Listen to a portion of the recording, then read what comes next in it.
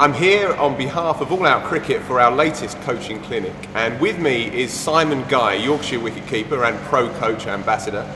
We're here to talk today about wicket keeping and particularly standing up to the stumps.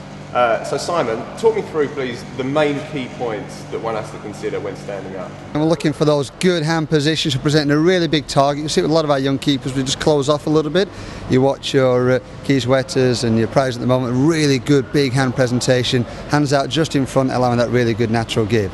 Posture is a massive key point because we're talking about our movement patterns offside, a good solid base that we saw there with Joe, and obviously our leg side movement for that speed and that power. If you're in a really good posture position, it allows you to move effectively and quickly along those positive lines. So that's a massive key point for us.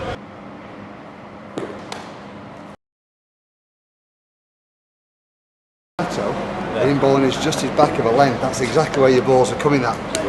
That extra bounce, even though it's medium pace. It's supposed to be out the pitch and it's up here to get back in again, isn't it? Like you say, it's just physically exhausting, ball to ball to ball, how are you using it?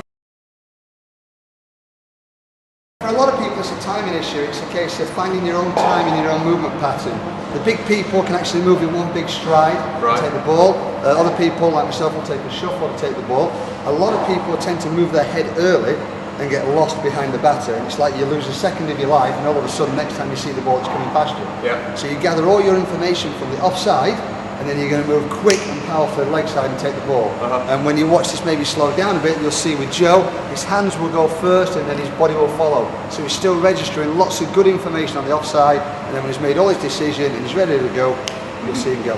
And when I'm working with my players and Joe's working with his spinners, we're actually catching balls off them, we're actually reading them, we're getting an idea, we talk to them, we communicate with them. So they'll speak to us a lot about, oh, what's my pace like, am I getting up and over? So we're actually discussing things with these guys all the time. So we're working with our specialist spinners. I was lucky when I played here, we had Rashid and Mark Lawson, two leg spinners, but two very different leg spinners. So that was great for me, but I kept them every day.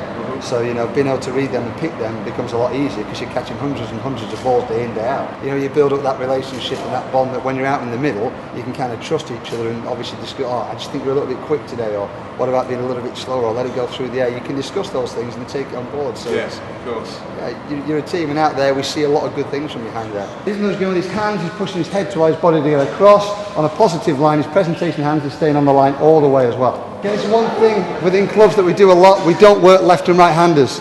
In club cricket, a lot of keepers will stick to right-handed batters because that's what they got in the team. They come up against a left-handed batter, the timing's slightly different and they struggle. The timing looked really good. Hand presentation, the ball looked good, your speed, your power of movement outstanding.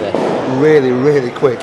Like you say, you maybe got caught out once, maybe a fraction high, but your ability and the skill level gives you in the right place, allowed you to drop back on the board, isn't it? We're just saying over there, we don't use this pitch very often, so we get a bit of variation. One or two have bounced, kept a little bit low, so there's challenges there, isn't there? It's like a normal day in the field.